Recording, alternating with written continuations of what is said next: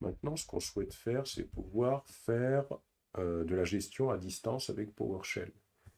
Ici, on a notre machine Windows 11. Donc, on va ouvrir à l'interface PowerShell 7 pour pouvoir tenter d'activer la gestion à distance avec PowerShell. Et l'objectif, ce sera de pouvoir communiquer avec le serveur 1. Ainsi, clear, alors c'est clear. Ici, on n'est pas du tout sur l'interface PowerShell. Donc, on va fermer cette interface-là. Alors, sur la machine serveur 1, on n'avait pas installé PowerShell 7. Donc, on peut aller le faire. On va aller sur Internet. Ici, on va saisir Google. OK.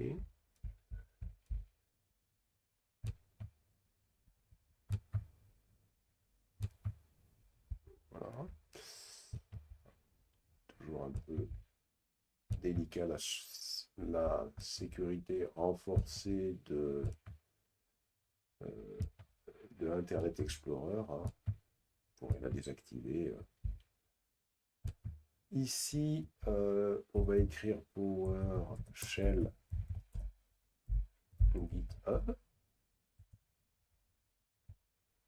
On arrive sur le site de PowerShell sur GitHub. Ajouter.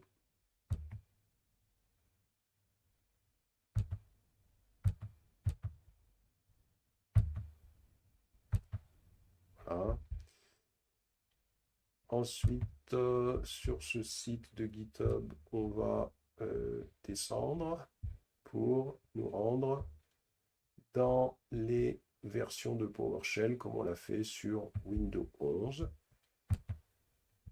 Et là, donc on va télécharger, même chose, PowerShell pour Windows 64. Et ici, on nous dit que les paramètres de sécurité actuels ne vous permettent pas de télécharger ce fichier. Donc, ça veut dire qu'il faut qu'on aille vérifier les paramètres de sécurité. Normalement, il faudra se rendre ici. Ensuite, on va se rendre dans Options Internet ou Sécurité.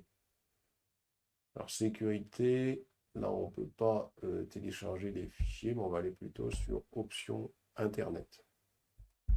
Options Internet, on va aller sur Sécurité. Et ensuite, quand on est dans Sécurité, on va cliquer sur Internet. Et là, on va sélectionner, personnaliser le niveau. Et on va rechercher téléchargement de fichiers. Alors, téléchargement de fichiers. On recherche téléchargement de fichiers. Les scripts. Lancement. Autoriser les mises à jour. Voilà, téléchargement de fichiers. Et on va cliquer sur Activer. Et on clique sur OK. Voulez-vous vraiment modifier les paramètres de cette zone? Oui. Et on va cliquer sur Appliquer et on va cliquer sur OK. Voilà. Alors on peut peut-être agrandir notre écran. En mode plein écran, on verra mieux.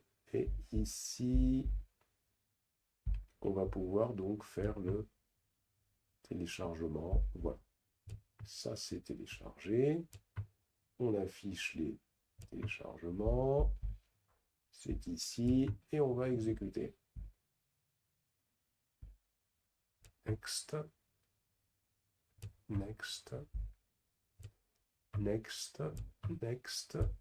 Installe. Voilà. On va installer donc PowerShell 7. On attend que l'installation s'achève.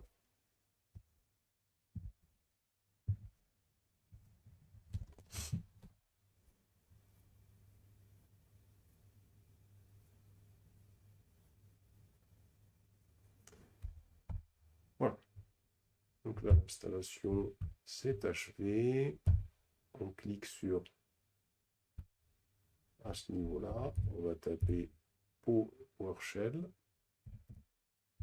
La PowerShell 7 est ici. Donc là, on a bien installé PowerShell 7, aussi bien donc sur la machine Windows 11 que sur la machine locale, que sur la machine serveur 1 que l'on veut configurer à distance. Donc on va sortir du mode plein écran pour aller sur la machine Windows 11. Alors ici, on s'assure de l'adresse IP de ce serveur. Ce serveur, il a pour adresse IP 192.168.56.2. On va retourner sur la machine Windows 11 et on va tenter de pinguer cette machine 192.168.56.2. On parvient bien à communiquer avec elle. Donc on va tenter de voir est-ce qu'on peut gérer la machine serveur 2 à distance avec PowerShell, hein, et on va voir donc la configuration qu'il faut réaliser pour cela. Alors sur la machine Windows 11, dans l'interface PowerShell 7, on va faire un clear. On va s'assurer déjà que les services de gestion à distance, Win Remote, sont démarrés. Donc on va faire un start WinRM. Ça, c'est la première des choses à faire. La deuxième des choses à faire, ça va être, puisque nous n'avons pas les machines Windows 11 et Server 1 qui sont dans un même domaine, donc qui sont des hôtes de confiance. On va définir la machine 192.168.56.2, la machine distante, serveur 1, comme hôte de confiance, hein, auquel on peut se connecter via PowerShell. Donc cet item, on va utiliser donc la commande wsman, anti//, localhost, client,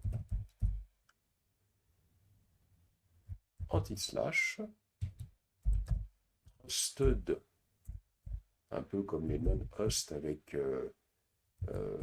SSH, trusted host, et on indique qu'on veut nous connecter à la machine 192.168.56.2. On veut l'intégrer comme trusted host. Alors, WinRM sécurité configuration, this command modify the trusted host list, hein, c'est-à-dire les hôtes de confiance, hein, pour la gestion avec WinRM, hein, c'est-à-dire avec la gestion à distance, hein, des machines, hein, via PowerShell. The computers in the trusted host list might not be authenticated. The client might send credential information to this computer. Are you sure that you want to modify this list? Puisqu'on va être amené à lui envoyer des informations de connexion, hein, des informations d'authentification. Donc il nous demande si on est sûr. Hein. Ben, oui, hein, on est sûr, donc on valide, hein, tout simplement. Alors, il nous dit que c'est un accès refusé, très probablement parce qu'on ne s'est pas connecté en tant qu'administrateur pour réaliser cette commande. Donc on va fermer et on va rappeler la commande PowerShell, faire un bouton droit dessus, exécuter en tant qu'administrateur. On fait oui.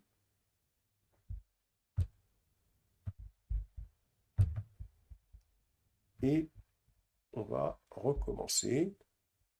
Donc, on redémarre les services WinRM. Voilà. Ensuite, on va définir la machine sur laquelle on veut se connecter comme étant un hôte de confiance pour les services WinRM, anti/, local host, anti/ client, anti/ trusted host 192.168.56.2. Donc on va dire, on valide, voilà, c'est parfait, c'est passé. Et ensuite, il faut bien évidemment redémarrer les services WinRM pour que ce soit pris en charge. Donc on va faire un restart,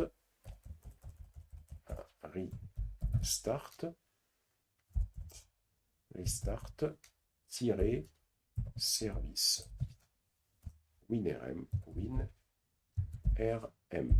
On valide.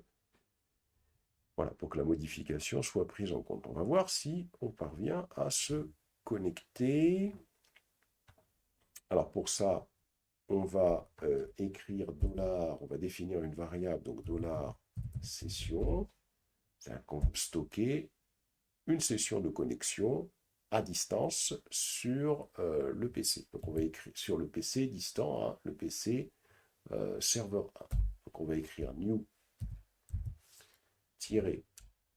PS session, un espace, computer name, on va lui donner l'adresse 192.168.56.2 et derrière, on va indiquer qu'on va lui donner des credentials. Et le credential, c'est administrateur. Il nous demande un mot de passe pour notre machine sur laquelle on veut se connecter. Et là, il faut mettre le mot de passe que vous aviez saisi lorsque vous aviez créé les machines. Patiente un petit peu. Voilà. Et là, normalement, on devrait être connecté à la machine distante. On peut donc, on peut plutôt exécuter des commandes sur la machine distante. Là, par exemple, comment je vais exécuter une commande? Supposons que je veux exécuter une commande pour créer un dossier sur la machine distante. Comme ça nous permettra d'aller contrôler. On va faire invoke,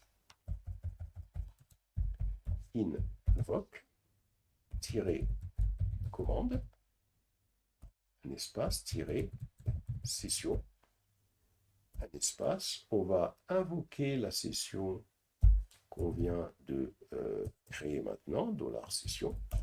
Et ensuite, on va lui donner un script que l'on souhaite qu'il exécute sur la machine distante. Entre accolade, là on peut mettre ce qu'on veut.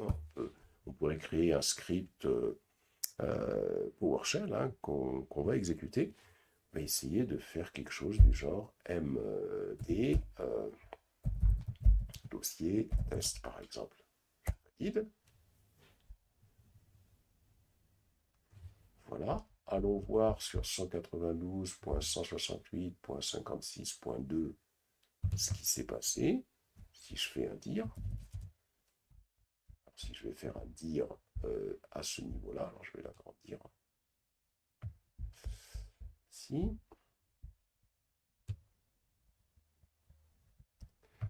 Pas très bien ici. On va agrandir tout simplement le fichier.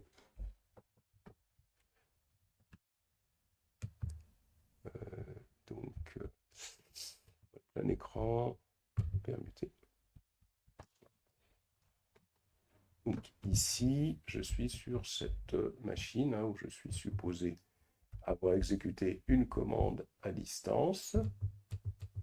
Et là, donc, on va aller rechercher la commande qui a dû s'exécuter sur notre machine. Alors, on retourne sur notre machine pour voir. Alors, on va retourner sur la machine. quelle est ma machine ici? Il faut que je sorte du mode. Voilà, donc je reviens ici. Et là, voilà, on retrouve le dossier où il a créé ce dossier, un dossier test. C'est dans le dossier document qu'il l'a créé. Il faut partir déjà avec l'endroit où il a créé dans le dossier documents.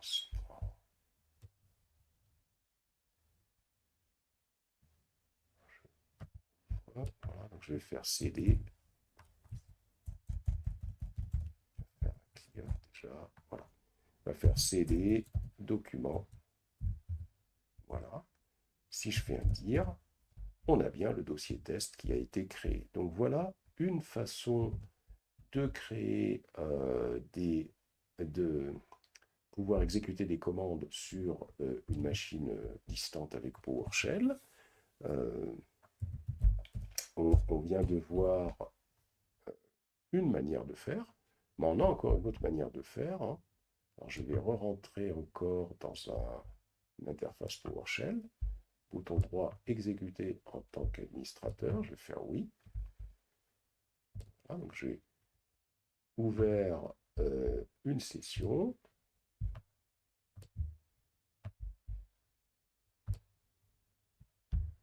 Voilà, je vais juste un petit peu agrandir l'écran des écritures. Donc il y a une autre façon de faire. Je peux directement rentrer dans la session. C'est-à-dire je vais faire un enter-ps session. PS session. Je vais donner le nom de l'ordinateur sur lequel je souhaite exécuter quelque chose. Donc ça va être le 192.168.56.2. 56.2 et puis à côté je vais lui passer les crédentials administrateur. Je valide, il me demande le mot de passe, je lui donne le mot de passe.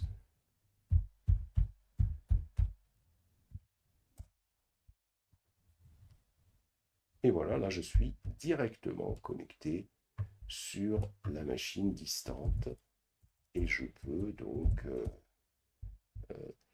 travailler avec PowerShell sur la machine distante. Voilà deux manières de se connecter à distance pour pouvoir gérer à distance des serveurs avec PowerShell. Et bien évidemment, pour sortir de cette session, il suffit de faire un exit, tout simplement. Voilà. Et là, on sort de la session distante. Alors maintenant qu'on a vu comment on peut gérer à distance, on va aller un petit peu plus loin dans les instructions PowerShell pour pouvoir faire des choses un petit peu plus puissantes. On va parler des instructions conditionnelles et de comparaison dans PowerShell. Donc on va fermer notre interface et on va revenir ici sur notre IDE. On va peut-être agrandir un petit peu. Ici, on va faire le mode plein écran.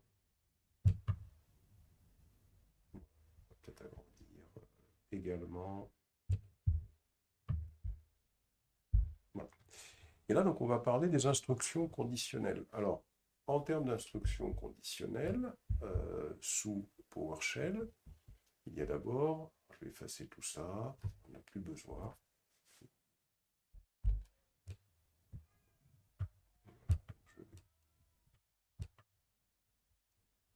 Effacer cette commande. Alors, en termes d'instructions conditionnelles, il y a d'abord l'instruction if. Par exemple, cette instruction, alors supposons que ici, j'initialise une variable à 5, je peux travailler avec if pour pouvoir faire des comparaisons. Par exemple, si le nombre est plus grand que 3, si cette condition est respectée, alors je vais ouvrir une accolade ouvrante et je vais la refermer, je vais pouvoir réaliser un traitement, par exemple ici un traitement simple, write host. Alors on est aidé ici, il y a toujours cette complétion qui nous permet de ne pas nous tromper dans les commandes. Le nombre est plus grand que 3.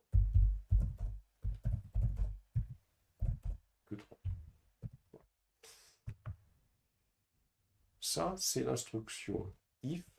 Ça permet de pouvoir réaliser un traitement si une condition est respectée. Si j'exécute, c'est bien ce qui se passe. On a bien la condition qui est respectée.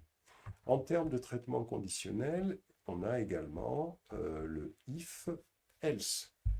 Par exemple, ici, j'ai si le nombre est plus grand que 3, alors j'écris le nombre est plus grand que 3, mais je peux également avoir l'alternative else.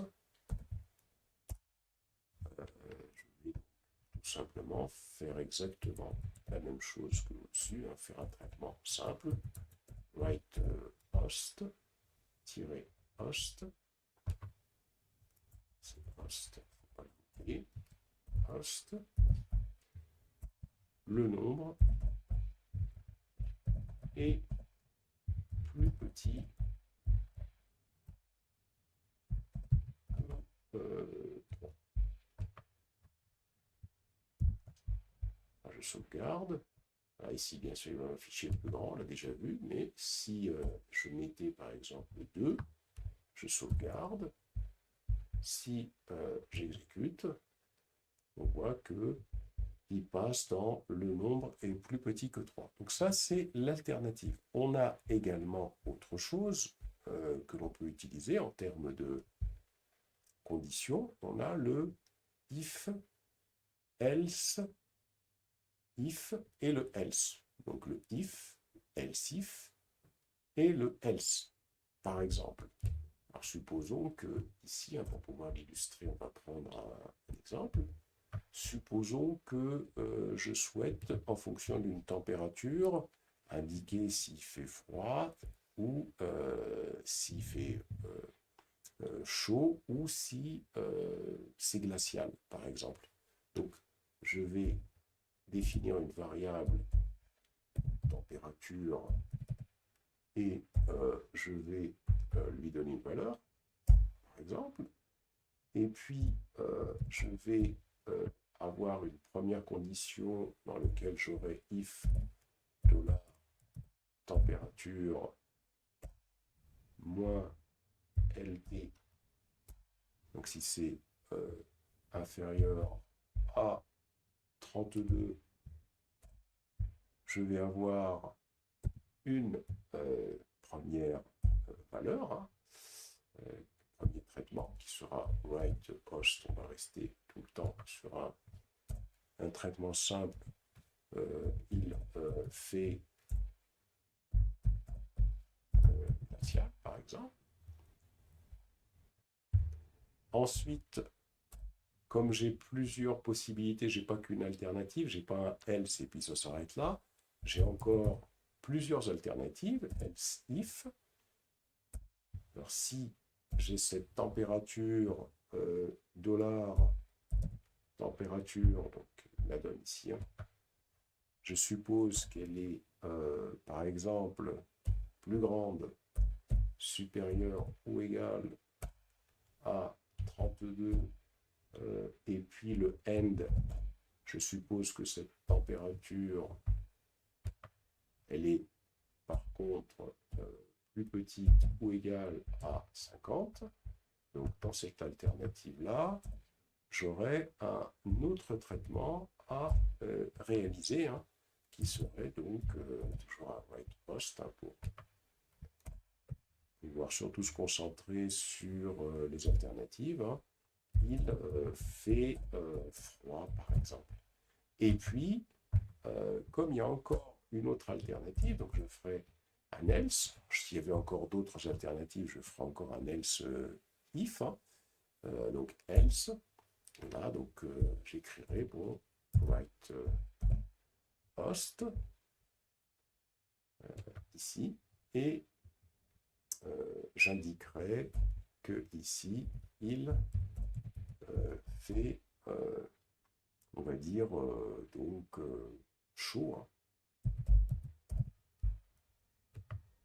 par exemple. Là, on va sauvegarder. J'ai mis une température à 35. 35, ça veut dire qu'il va me dire qu'il fait froid. Je valide. Voilà, il fait froid. Si je mets cette valeur, je vais la mettre plutôt à 20, il va me dire qu'il fait glacial. Je mets, il fait glacial. Et si je mets cette température au-delà de 50, je vais faire 51 par exemple, je sauvegarde, j'exécute, on voit qu'il me dit il fait chaud. Donc ça, c'est les alternatives, mais avec plusieurs alternatives possibles.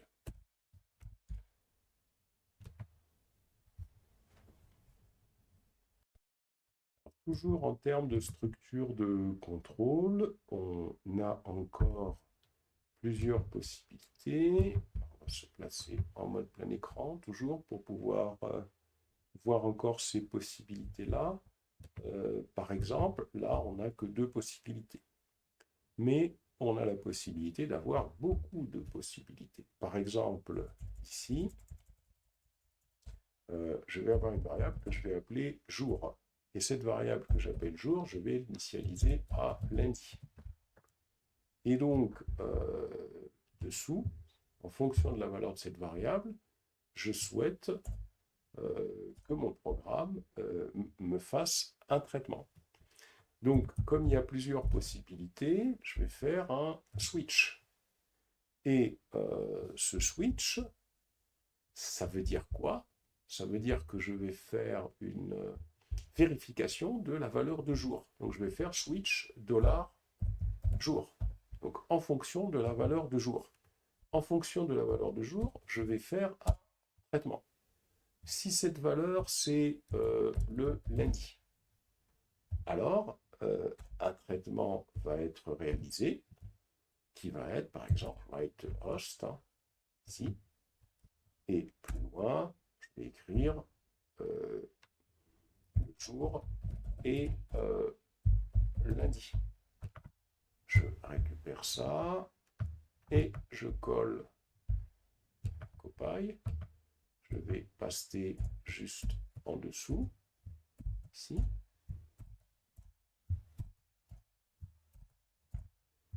Avec toutes les possibilités. On voit qu'il y a un grand nombre de possibilités.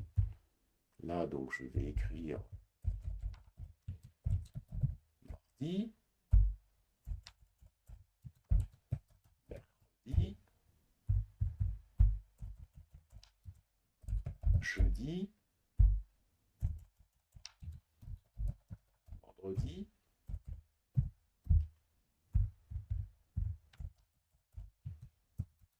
samedi, et puis dimanche.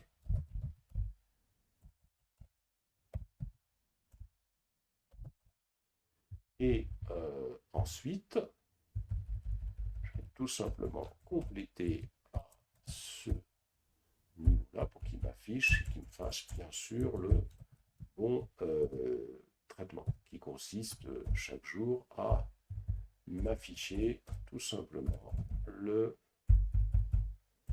jour de la journée. Voilà.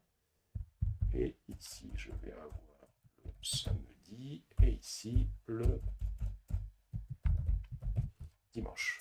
Donc, si j'exécute pour tester ça, pour tester cette chose-là, si j'exécute, si je fais un run and debug, là, le jour, c'est lundi. C'est bien ça. Si je fais, par exemple, ici, dimanche,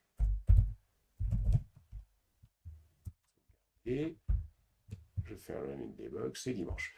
Alors, il faut toujours essayer de voir si ça tient compte de la casse. Si je fais dimanche en minuscule, alors que ici, le critère de comparaison, c'est dimanche. Voyons ce que ça donne. Le jour est dimanche, donc la casse n'est pas véritablement donc importante dans ce genre d'écriture. Donc voilà pour le switch. Il y a également les opérateurs de comparaison dont on a parlé. Il est important de comprendre comment ces opérateurs de comparaison fonctionnent. Par exemple, si je prends une valeur 10, je stocke cette valeur 10 dans une variable, je stocke la valeur 20 dans une autre variable, alors je peux utiliser les opérateurs de comparaison. Par exemple, je vais comparer A, est-ce que A est égal à AB? Donc le EQ, ça veut dire est-ce que A est égal à B? Donc si c'est égal, ici, je vais écrire un message, je vais faire un traitement, write the host,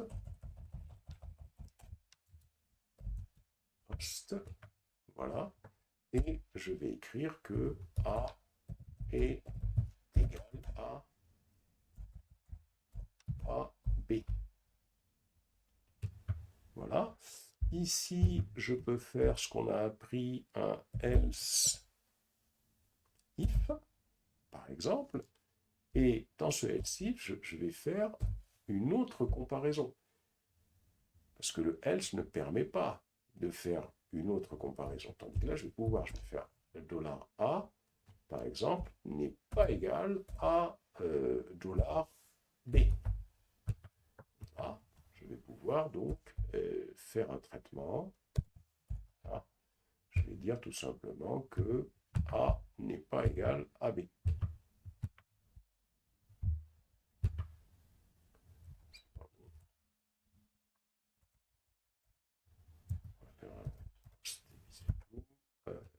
Host A est différent de B. Donc là, on a vu deux opérateurs de comparaison. Maintenant, on en a d'autres. Je vais récupérer tout ça. Hop. Je vais faire un copy. Je vais coller ce bloc dessous. Je vais faire un paste. Et là, maintenant, je vais comparer autrement. Je vais voir, je vais poser la question, est-ce que A est plus grand que B? Donc si oui, là, je vais écrire que A est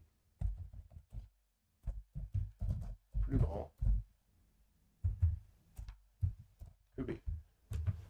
Ensuite, je peux continuer avec le else if. A qui est plus petit, LT, lesser than ou greater than. A est plus petit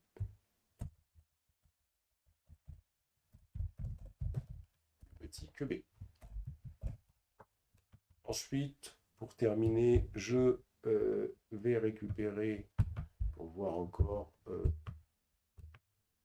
les derniers opérateurs de comparaison. Il y en a beaucoup, on ne va pas tous les faire, mais au moins comprendre comment ça fonctionne. Ici, je veux voir si c'est plus grand ou égal.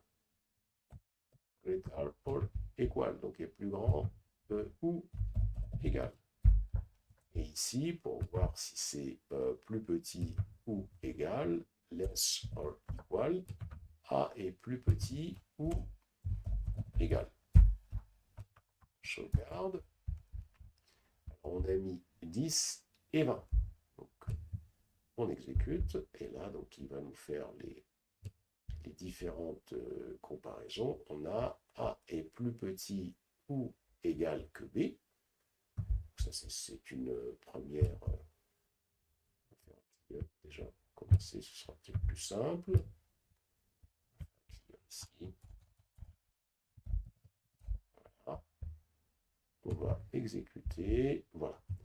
Donc, on a A qui est bien différent de B, effectivement, puisqu'il passe dans la condition que 10 et 20 sont différents. On a bien A qui est plus petit que B, on a bien 10 qui est plus petit que 20, et on a A qui est également plus petit ou égal à B, c'est-à-dire que l'un n'empêche pas l'autre. Voilà pour ces quelques opérations de comparaison.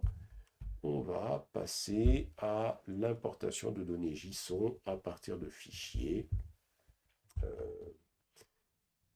pour comprendre, parce que le JSON c'est extrêmement important, beaucoup de programmes donnent le résultat en JSON. Et donc il faut savoir exploiter le JSON avec PowerShell.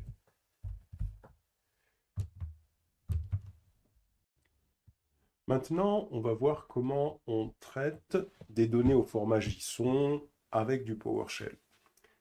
Le JSON est un format qui est compris par n'importe quel logiciel, que ce soit du SQL, que ce soit des bases de données, que ce soit d'autres produits, quels qu'ils soient. Et donc, il est important de savoir traiter des données en JSON. Alors, pour pouvoir explorer cette fonctionnalité, on va utiliser un fichier JSON dans lequel on a des vendors, des fournisseurs de produits. Et ici, dans cet objet JSON, on a pour un vendeur donné, on a des matériels. Par exemple, ici, on a un matériel qui a pour ID 1, qui a pour name Dell. Il s'agit d'ordinateurs. Et pour ces ordinateurs de type Dell, on a des informations concernant le type du matériel, son numéro de série, son OS, sa RAM, son processeur, son disque, son IP, est-ce qu'il est joint à un domaine ou pas, est-ce qu'il est en ligne, la date à laquelle il a été ajouté et le nom du computer. Et on continue comme ça sur un deuxième matériel, un troisième. On passe à un autre type de matériel, avec cette fois-ci des matériels de type HP, et même chose, on va itérer sur les matériels de type HP et donner un petit peu toutes leurs caractéristiques. Un autre type de matériel, etc. Voilà.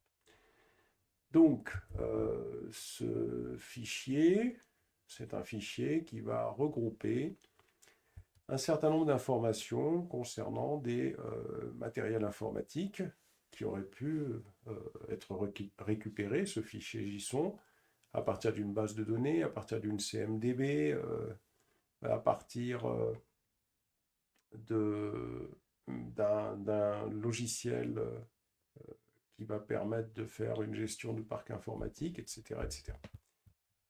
Et là, donc, on va, nous, travailler directement sur ce fichier brut, puisque l'objectif, c'est de comprendre comment traiter du JSON avec du PowerShell, et on va aller sur notre machine.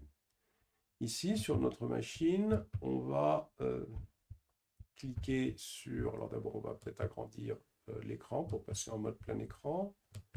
Voilà. On va tout simplement cliquer sur plus ici, pour ajouter un fichier dans le même dossier que script.ps1. Alors on pourrait le placer dans un autre dossier, mais on va les placer pour des raisons de facilité dans le même dossier. Ici, je vais fermer ce terminal et là, je vais coller tout ce que j'ai récupéré. Alors là, on voit qu'il y a des choses comme ce symbole là qui est venu avec... on n'en veut peut-être pas pour que ce soit traité correctement. Donc on va le sélectionner. Et puis ici, dans Edit et dans Replace, voilà, dans Replace, on va coller ce symbole et on va le remplacer par un espace. Une fois qu'on a fait cela, on va tout simplement ici cliquer sur Replace All. On clique sur Replace All. Il ne se produit rien, donc peut-être que je ne l'ai pas sélectionné correctement. On recommence. Voilà. Je sélectionne ce symbole. Edit Copy. Ici, au niveau de Replace, je vais le coller, ce symbole. Voilà, donc il est collé. Et je vais remplacer ce symbole par de l'espace. Je clique, voilà. Comme ça, on est certain qu'on ne va pas être pollué par un symbole qui pourrait empêcher notre traitement de s'effectuer correctement. Voilà. Alors voyons un petit peu comment est-ce qu'on peut importer un fichier. Alors on va aller sur le script ici. Et on va, à ce niveau-là, on va fermer cet espace-là. On va peut-être agrandir un petit peu. Voilà. Et ici, donc, voyons comment est-ce qu'on peut importer un fichier, des données JSON à partir d'un fichier. Donc, on va définir une variable JSON data et on va utiliser une commande de PowerShell qui s'appelle getContent. À cette commande getContent, on va lui donner un chemin. On va lui donner le chemin vers le fichier JSON. Donc c'est un fichier qui se trouve dans le même répertoire que le programme ou que le script PowerShell et qui se nomme computer.json. Voilà. Ensuite, on va tout simplement utiliser une instruction qui va permettre de transmettre le contenu de ce fichier à l'instruction convert from JSON. C'est-à-dire qu'ici, on récupère le contenu de ce fichier au format brut et on va le convertir au format JSON. Et ce qu'on va faire, on va juste dessous ici tenter déjà d'afficher le contenu de cette variable JSON data. Alors, on va sauvegarder et on va exécuter déjà notre fichier à ce niveau-là. On clique sur exécuter.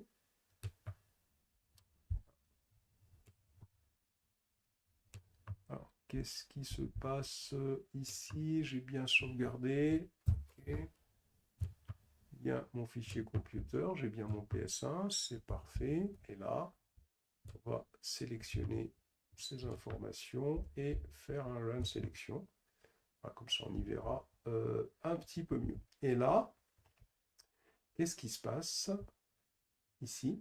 Si on agrandit, on constate que notre fichier a bien été récupéré et que la variable $JSON-data, elle contient tout notre fichier que l'on a bien récupéré. Donc on a bien récupéré l'objet JSON qu'on va pouvoir exploiter dans notre programme. Donc la variable $JSON-data contient bien les données du fichier JSON. Alors, dans un deuxième temps, ce qu'on va faire, on va essayer d'itérer dans ce fichier. Donc, on va faire un for each pour chaque. Notre souhait, ça va être de récupérer les vendors. Il n'y en a qu'un seul de vendors. In. Et les vendors, on va les récupérer dans le fichier, dans la variable JSON-data qui a été récupéré plus haut. Point vendors. On va faire une accolade ici pour pouvoir réaliser le traitement. Donc on va faire notre traitement. Alors avant de faire le traitement, et donc maintenant notre objectif à nous, ça va être de afficher justement ces vendors. Alors on a appris comment est-ce qu'on va procéder à l'affichage. On va écrire un write host vendor ici à ce niveau-là. Donc ça c'est une chaîne de caractères, c'est-à-dire que ça va afficher vendor. Et on va préciser que l'on souhaite afficher les vendor.name. On souhaite afficher la propriété name de vendor. Alors, pour comprendre, hein, il faut revenir ici à computer.json. Voici la clé vendor et voici la propriété name de cette clé vendor hein, qui est ici. On a bien cette propriété name et donc l'objectif c'est d'afficher sa valeur. Hein. En l'occurrence ici, on n'a qu'un seul vendor. Alors si on exécute déjà notre code à ce niveau-là, je vais faire un clear ici. Et pour exécuter notre code, on va sélectionner toute la sélection et on va faire un run sélection. Et là, on a bien ici plus bas, alors si on agrandit, on a deux vendors, le vendor HP et le vendor Lenovo. On voit bien qu'il a itéré sur les deux vendors. Il a récupéré le premier, hein, qui était tout en haut, le vendor Dell, et le vendor Lenovo un petit peu plus bas, alors ça c'est le vendor Lenovo, voilà c'est ça. Donc, le vendor Lenovo hein, qui était plus bas. Donc là on voit déjà, on commence à comprendre comment est-ce que il faut traiter un fichier. Maintenant, étant donné qu'on est dans un vendor donné, on souhaiterait itérer sur tous les ordinateurs de ce vendor. C'est-à-dire qu'on va créer ce qu'on appelle une boucle imbriquée. On va se positionner dans le for each. Le for each, il commence ici et il s'achève là.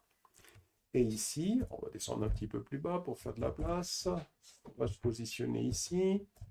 Et à ce niveau-là, alors je décale un peu pour qu'on puisse comprendre que la boucle qui est ici est imbriquée dans le for each qui est ici. C'est-à-dire que pour chaque vendor, on va parcourir les computers. Donc on va faire un for each, parenthèse ouvrante, on va faire $computer, ici, in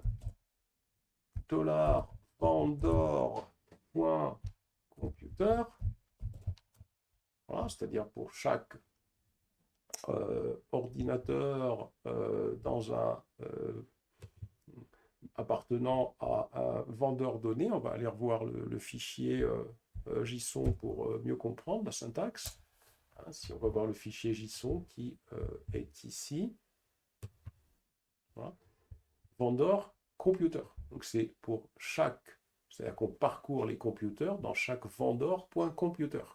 Le computer, ben, ça va être un computer, deux computers, etc. Donc, ici, pour chacun de ces computers dans les vendeurs computers, ben, on souhaite afficher le nom du computer. Donc, on va faire un write host. On va ensuite créer notre chaîne. On va écrire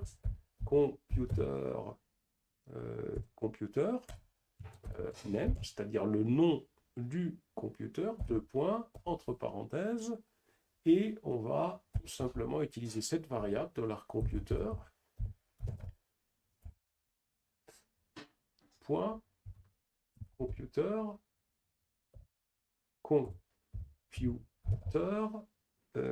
underscore name. Ça veut dire quoi? Ça veut dire que pour chaque computer dans vendeur computer, si je vais voir le fichier JSON, chaque computer dans vendeur computer, je vais récupérer ce computer. Et ce que je souhaite, c'est le computer underscore name. Ça va afficher pour chaque computer ce nom-là. Donc si je viens sur le script qui est ici, si je le sauvegarde, et si je l'exécute, hein, je récupère je peux l'exécuter ici aussi, hein, à ce niveau-là, je peux cliquer sur Run, et là, voilà, on voit qu'il récupère bien. Si je remonte un petit peu plus haut, voilà, donc on voit qu'il récupère le computer underscore name. Ou bien, alors on va remonter notre code ici. Donc on a le name computer 213.computer name, on a le computer name, on va avoir toutes les caractéristiques de notre ordinateur. Et ici, on va... Alors là, ce qui est problématique, c'est que normalement, il devrait nous afficher que le computer name. Il ne devrait pas nous afficher toutes les informations de notre machine. Donc, on va recommencer. On va venir ici. Et là, on voit qu'il y a quelque chose qui va peut-être pas ici. Ah oui, on n'a pas... Il faut bien ici mettre un dollar devant ici, hein, puisque ça, c'est le résultat d'une variable. Donc, ici, si j'exécute, voilà, maintenant, ça marche mieux. Hein. C'est-à-dire que là, si je remonte, il faut que je fasse un clear pour qu'on puisse bien voir. Je recommence, j'exécute. Voilà. Donc ici, on a les bons résultats. Hein. On obtient pour chaque vendeur, donc c'est ce qu'on voit ici, on voit le vendeur HP, et on a le computer name, hein, c'est-à-dire les ordinateurs hein, qui font partie de ce vendeur-là. Et même chose pour le vendeur Lenovo. Ensuite, on peut aller plus loin dans le traitement, c'est-à-dire que ici, au niveau de la récupération de chaque fois qu'on récupère un nom d'ordinateur, on pourrait faire un test pour voir de quel OS il s'agit.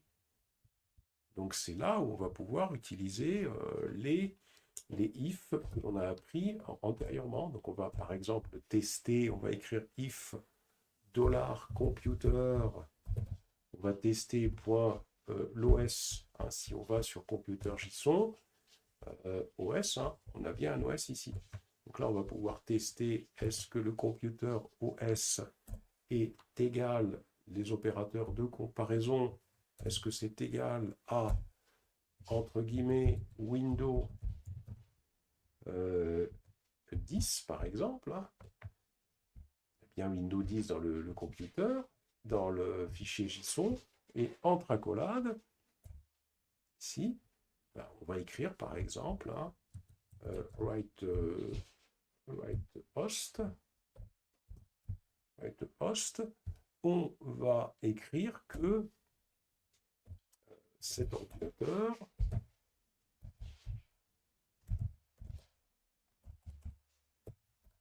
exécute Windows 10. Voilà. Donc là, on a fait notre premier test. On va utiliser la syntaxe else if que l'on a appris. Hein, quand il y a plusieurs alternatives. Entre accolades, on veut également tester. Alors, on va mettre le test ici. Hein. On veut par exemple savoir si un ordinateur est équipé de Windows 11. Alors on peut récupérer le test qu'il y a ici. À ce niveau-là, on peut le récupérer, ce test. Bouton droit, on va copier. Et ici, on va tout simplement coller à ce niveau-là. On fait un paste. Et on va mettre ici Windows 11. On sauvegarde. Et là, si c'est un Windows 11, on va récupérer le traitement qu'il y a là. On ne va pas tout le temps réécrire. On colle, on paste, et là, on explique que cette machine sera équipée de Windows 11. Ensuite, on fera encore un else, ici, une accolade. Donc on a un else if, hein, et là on finit par un else, et dans un dernier cas, par exemple, ici, on indiquera que le système, par exemple, est inconnu, ou autre système, exécute un autre système. Alors, on sauvegarde et on exécute. voilà, pour chaque machine, il nous dit, alors par contre, exécute un autre système, si c'est bon. Donc là, si je fais un clear, voilà, et si on exécute,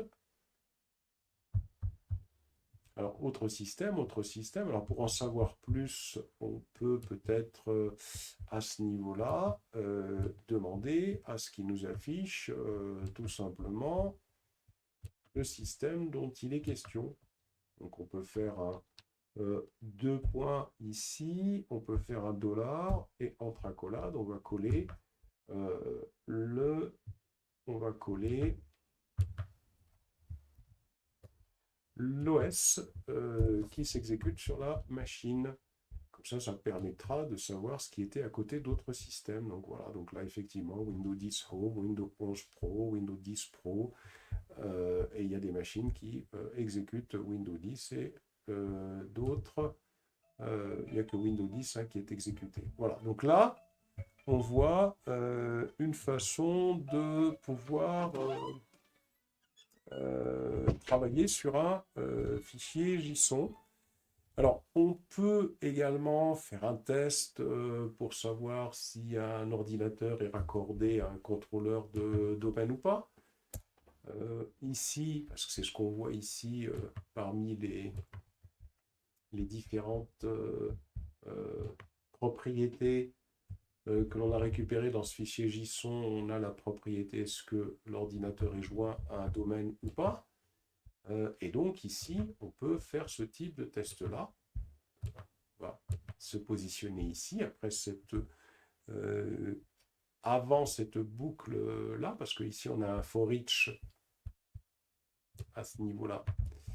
Ici, on a un for each où on boucle sur les ordinateurs, et comme la propriété joint à un domaine ou pas est dans la propriété liée aux ordinateurs, on doit se mettre dans cette boucle, puisque la boucle for each qui commence ici et qui s'achève là, ça c'est une boucle qui itère sur les vendeurs. Ici, on itère sur les computers, sur les ordinateurs. Donc là, ça veut dire qu'on va récupérer les propriétés liées aux ordinateurs. Et donc, on doit rester dans cette boucle ici, dans la boucle liée aux propriétés liées aux ordinateurs pour pouvoir faire des tests sur le fait qu'un ordinateur est joint à un domaine ou pas. Et là, on va faire exactement la même chose, c'est-à-dire qu'on va travailler sur $computer. La propriété, c'est la propriété domaine underscore joined, c'est-à-dire est-ce que le domaine est joint. Alors, comme $computer, comme la propriété domaine underscore joined, c'est une propriété de type booléen, true ou false. Il suffit juste de faire if $computer.domain joined. Si c'est vrai, donc cette propriété-là sera à true. Si c'est faux, cette propriété sera à false. Ce n'est pas la peine de faire une comparaison quand il s'agit d'un booléen avec true ou false. Et ici, on doit tester également si, par exemple, alors si on souhaite par exemple savoir si, là ce qu'on souhaite savoir, on souhaite faire un traitement pour savoir quels sont les ordinateurs qui seront liés à un domaine, qui seront intégrés dans un domaine et qui seront par exemple en ligne. On fera le test end $computer point online status. Voilà. On fait le online underscore status pour savoir si effectivement, donc on va avoir le statut qui sera en ligne ou pas. Ensuite, on va écrire, on va tout simplement écrire write-host. Alors, pour expliquer que cet ordinateur, si c'est le cas, cet ordinateur est joint à un domaine et est en ligne.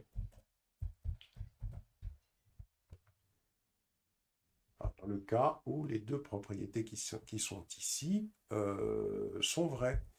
Et dans le cas, parce qu'il y a plusieurs cas, hein, il peut y avoir le cas où l'ordinateur est joint à un domaine et il est en ligne, donc l'ordinateur est joint à un domaine et est en ligne, mais il peut y avoir le cas où l'ordinateur n'est pas joint à un domaine mais est en ligne, donc on aura un ordinateur qui n'est pas joint à un domaine mais qui est en ligne. Donc on peut récupérer cette syntaxe ici. On va faire un copy et on va écrire un else if. On va coller le test. Et l'objectif, c'est de tester l'inverse ici. C'est-à-dire qu'on va tester not, est-ce que l'ordinateur est not $computer.domain_John, c'est-à-dire ça va être l'inverse, and $computer en ligne status. Donc ça veut dire que là, on aurait notre ordinateur qui serait en ligne. Donc ici, on va ouvrir une accolade pour écrire, récupère tout ça, qu'on a un ordinateur qui n'est pas dans un domaine, mais qui est en ligne. Past. Donc cet ordinateur est pas joint à un domaine, mais est en ligne. Et on peut avoir le cas où l'ordinateur n'est l'ordinateur n'est ni dans un domaine et qu'il n'est pas en ligne. Donc là, il suffit de faire tout simplement un else. On ne teste rien du tout, puisque ça va être l'autre cas. On passe ici. On passe à ce niveau-là. Donc cet ordinateur n'est pas joint à un domaine et n'est pas en ligne. Pas en ligne. Voilà.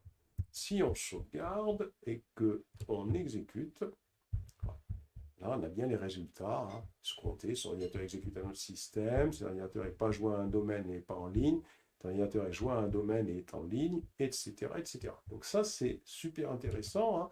On peut imaginer qu'on a un système dans une entreprise qui surveille tous ces aspects-là, qui peut récupérer ces informations-là, qui peuvent être traitées, qui peuvent être envoyées dans un format JSON ou qui peuvent être récupérées par un PowerShell via un format JSON. Enfin, pour terminer, pour voir comment on pourrait utiliser la structure switch, par exemple, on peut vérifier le type de processeur de notre ordinateur. Donc on va toujours se placer ici, à ce niveau-là, et à ce niveau-là, on peut utiliser la structure switch pour tester le type de notre processeur. Donc on va faire ici switch wildcard, voilà, on a l'instruction ici. Un peu plus loin, la propriété à contrôler, c'est la propriété $computer.processor, ici. Ça, c'est la propriété à contrôler. Cette propriété-là, elle a plusieurs possibilités, ici. C'est-à-dire que ici, là, c'est un peu plus compliqué que pour le reste en haut, puisque pour les autres en haut, c'était assez simple de poser les valeurs en quelque sorte, puisque là on avait des valeurs booléennes, donc c'est soit true ou false, et puis là, bon, Windows 10, Windows 11 ou autre. Par contre, là, pour le corps, c'est un petit peu plus compliqué. Donc là, il faut aller au niveau de notre fichier JSON pour pouvoir aller récupérer le type de processeur que on a. Alors pour le processeur, il est ici. Voilà. Donc là, on a soit un Core i5 par exemple. Ici, on peut récupérer cette valeur-là. Pareil. On va la récupérer, on va la mettre ici. Ensuite, si on continue, on a plus bas le corps I7 ici. Voilà, on la récupère et on va la mettre dessous, comme ça. Ensuite, si on va sur le computer JSON, on a le quoi encore? Le Core i7, le Core i5. On récupère le Core i5, hop, une copie ici. Ah, le Core i5 est déjà fait. Okay. Le Core i5 est déjà fait. On continue, on a le Core i9 ici. Core i9, voilà, hop. Le Core i9, on va sur le JSON ici, on passe. Voilà, à ce niveau-là, on va sur le computer JSON, on va avoir le Core i3 à ce niveau-là, le Core i3 ici. On fait un copy, on va sur PS1, on va sur le Core, le paste ici, voilà. Et qu'est-ce qu'on a encore si on descend? Alors, si on descend, on descend, on descend. Ah, on a ça aussi, on a ce type de processeur. Alors, le corps, voilà, tout ça. Donc là, on va avoir le corps qui est ici. On revient sur le script PS1. Voilà. Hop. Et on paste. Et enfin, si on va sur le computer.json qui est là, et qu'on descend un petit peu plus bas, on devrait avoir également d'autres éléments. Alors pour les autres éléments, on ne va pas les considérer. On ne va pas considérer les autres éléments. Les autres éléments, on considérera tout simplement que c'est autre chose, tout simplement. Donc, ça, c'est déjà une première partie qu'on a réalisée à ce niveau-là.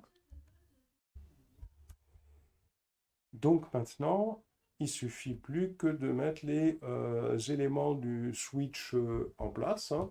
C'est-à-dire que ici, on va tester.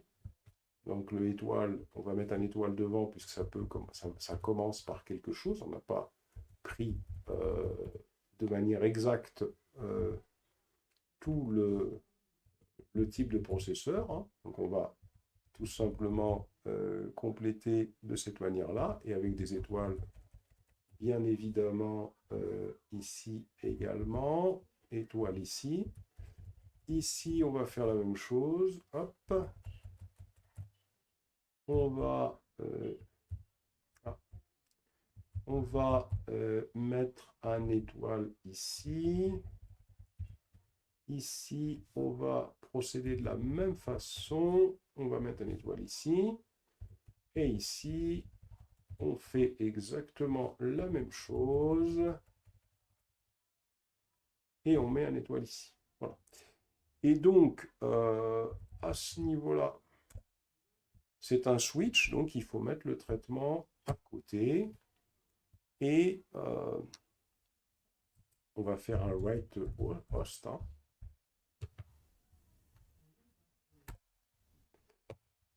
On va tout simplement écrire le core I5.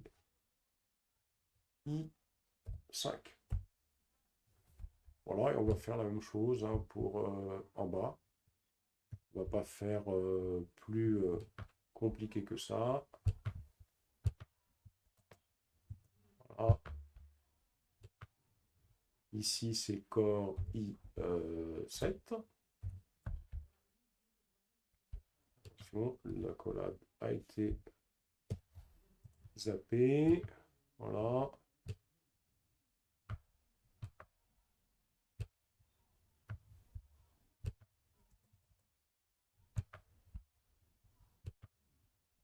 Voilà. Ici, c'est core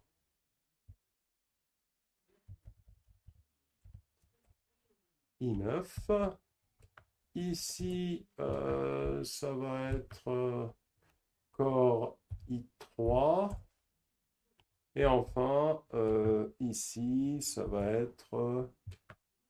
alors, je fais un paste, hein, ça va être corps I5 tiré 113 5G7.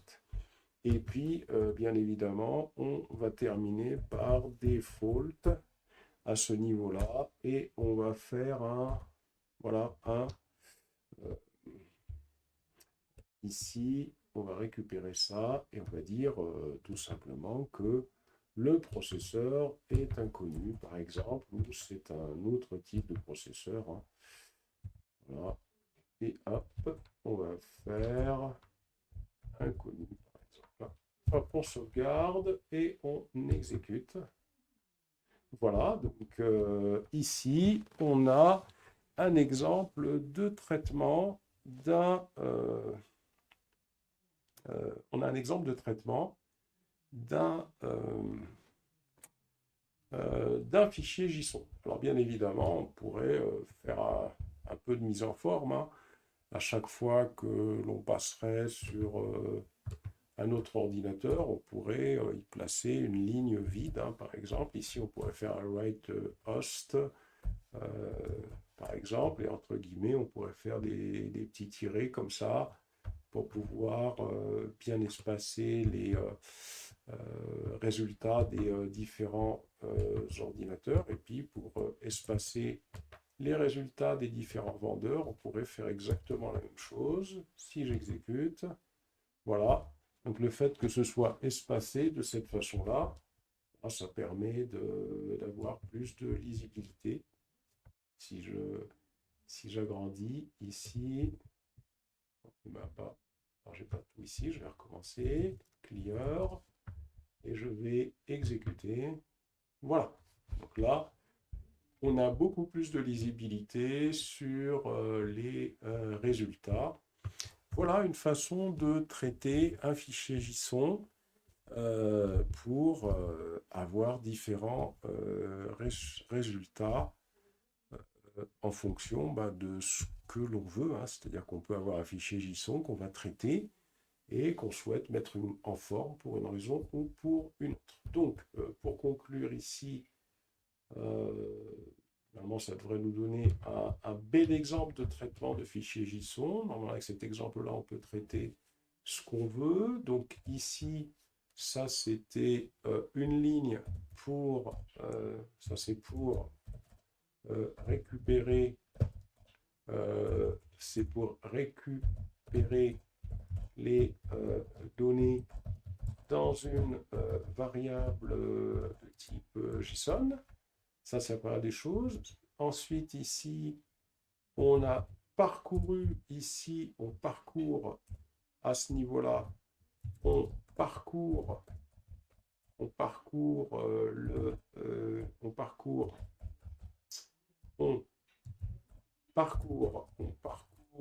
les vendors.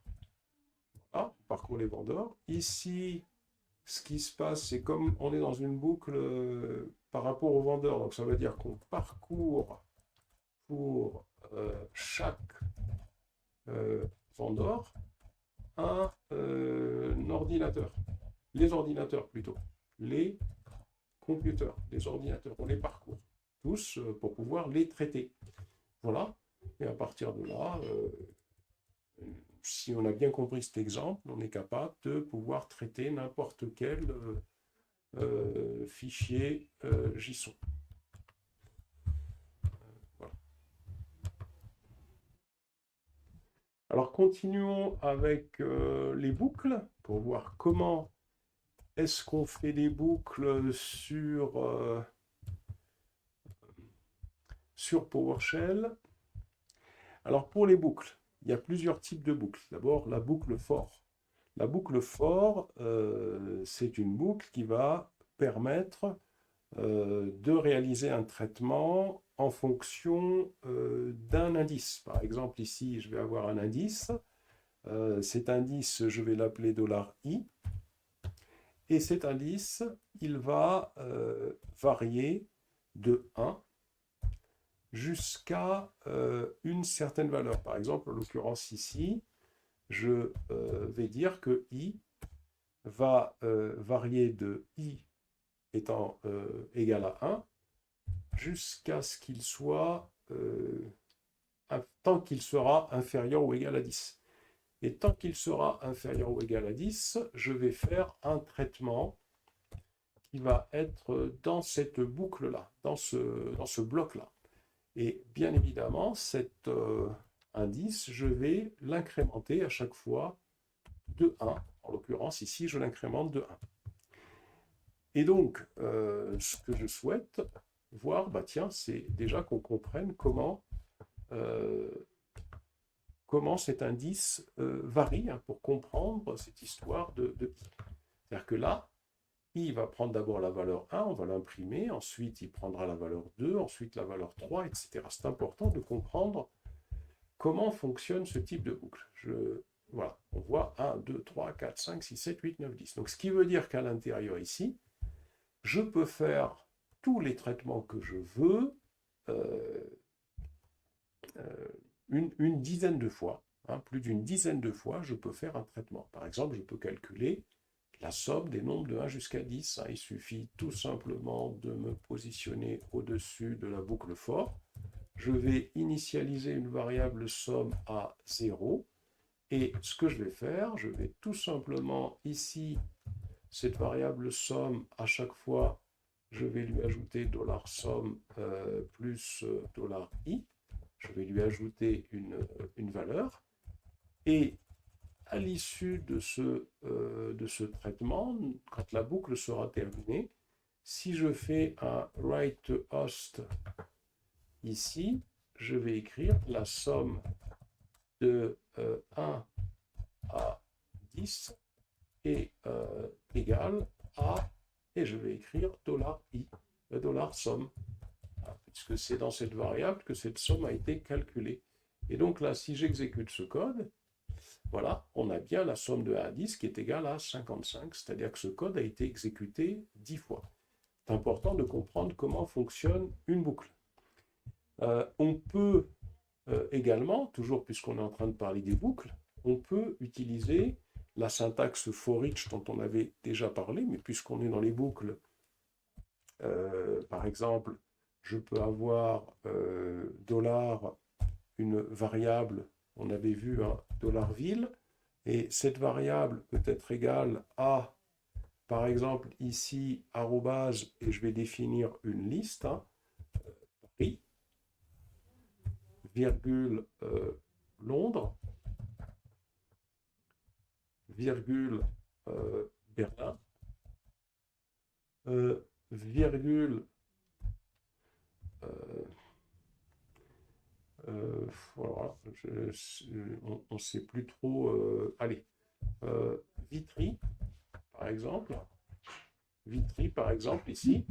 Donc là, je définis des villes. Et puis, une fois que j'ai fait initialiser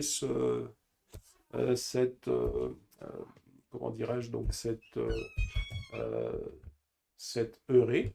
Alors cette heurée, je vais lui mettre un S ici quand même, parce qu'il y a plusieurs villes, hein, pour faire une distinction avec la variable ville.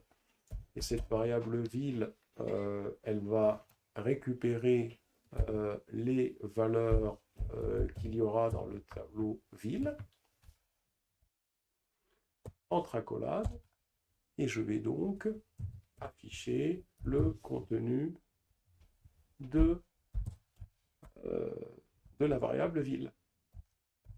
C'est-à-dire que ce traitement, qu'est-ce qu'il fait exactement? Ce traitement, il initialise un tableau qui s'appelle $ville avec des valeurs. Et la boucle for each, qu'est-ce qu'elle fait? Elle fait for each $ville. Ça, c'est une variable. Cette variable $ville, elle va récupérer ces données dans le tableau $ville. Donc, elle récupérera d'abord Paris, Londres, Berlin, Vitry, et elle va afficher ce résultat. On va aller le contrôler. Voilà. Donc ça, c'est important, hein, de comprendre la boucle for each.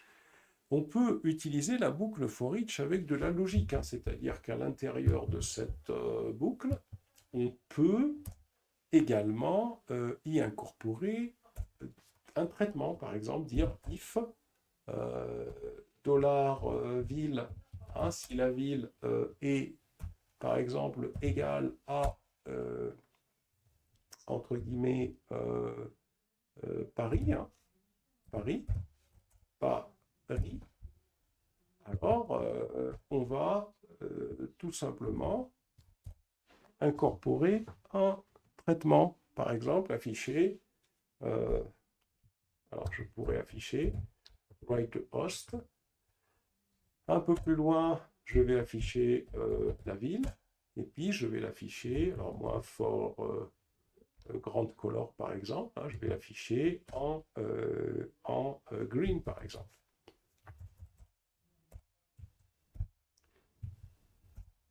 Alors je l'ai, voilà, il me le donne hein, de toute façon.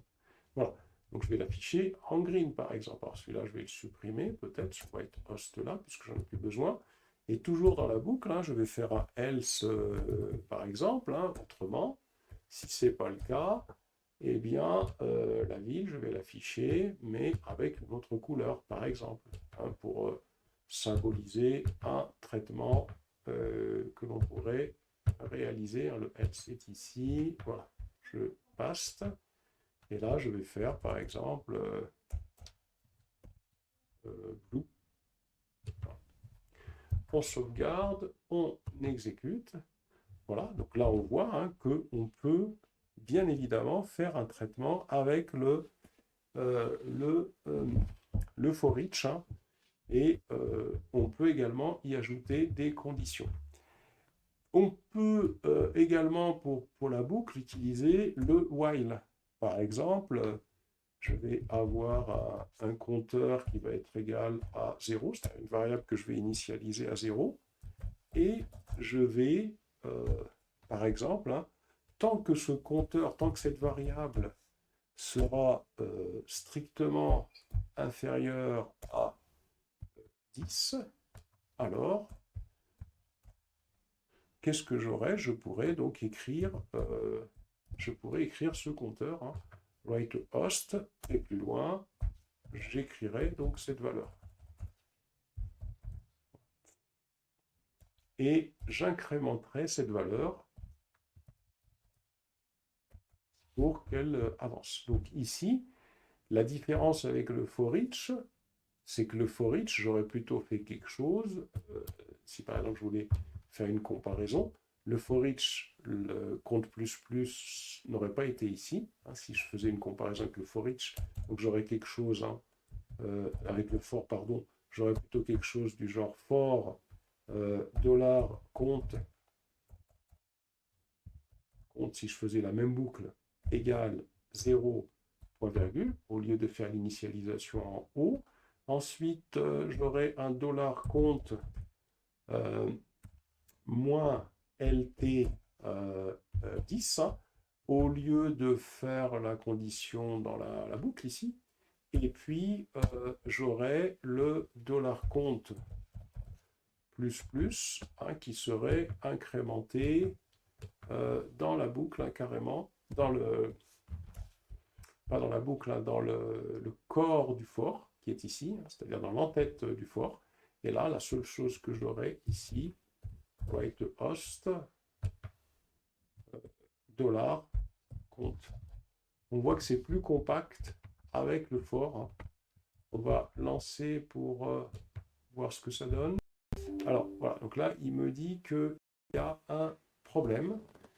Quand on a un fichier comme celui-là qui apparaît, c'est-à-dire quand on a une erreur comme celle-là qui apparaît, ça veut tout simplement dire qu'il y a un problème dans notre code. Et là, l'objectif, c'est d'essayer de comprendre où est-ce que se situe cette erreur. Voyons où est-ce que peut se situer cette erreur. Je fais un console ici.